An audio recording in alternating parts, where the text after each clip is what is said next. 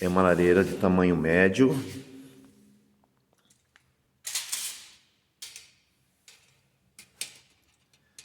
Ela tem 67 de largura,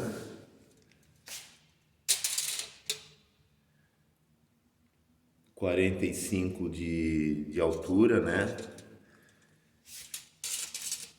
Profundidade, ela tem 40 de profundidade, tá? Eu não sei se dá pra ver no vídeo, mas na parede do fundo dela, aqui é chanfrado em direção a essa boca,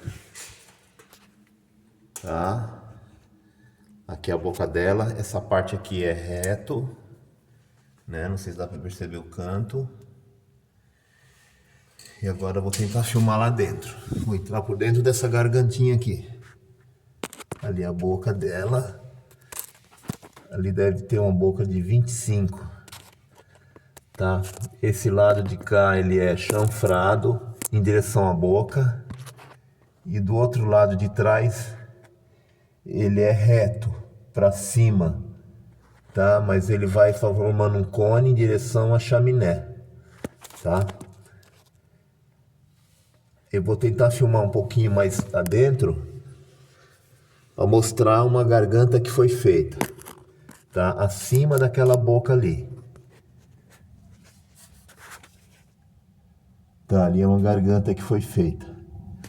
Deve ter aqui mais ou menos, deixa eu ver, 1, 2, 3, uns 80 centímetros para cima foi feita uma garganta lá. Bom, é isso. Aqui também a chaminé lá fora é independente e a chaminé lá fora é de 30 centímetros. Eu não devo ter comentado lá no forno do Forniglu e no fogão de lenha que lá fora a chaminé é de 25 centímetros, tá?